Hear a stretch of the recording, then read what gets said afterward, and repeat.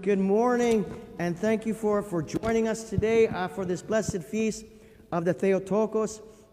Just a few short words as we reflect upon the feast, that we understand from tradition, Mary was born to Joachim and Anna, her parents, and they were of advanced age, and they were barren. They were without children, and culturally, that's like they must have done something wrong that they did not have children.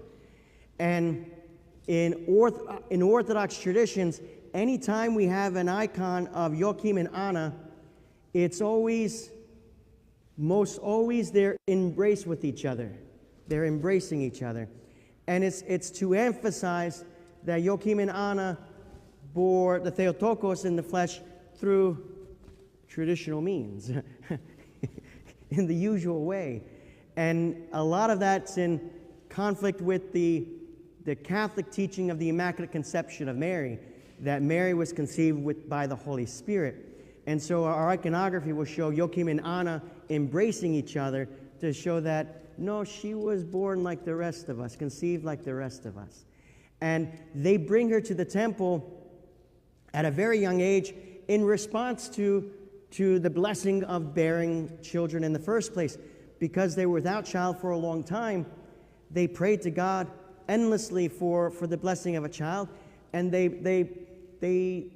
promised that they would raise her and bring her to the temple to raise her to be a child of God. And so at a very young age, they fulfilled that promise by bringing her to the temple, which we celebrate today.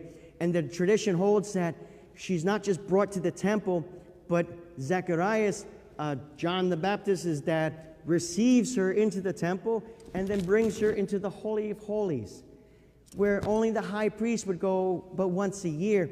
And the tradition goes to teach us that she becomes the new Holy of Holies, that she bears God in the flesh. The Holy of Holies being the place where God dwells, she becomes the new Holy of Holies because God will dwell in her. And this is her role in our salvation story. The things Christ does, we call the divine economy of Christ. The works that he accomplishes for our salvation, much like baptism, the crucifixion, the resurrection, ascension, and Pentecost. These are all his works that he does for our salvation.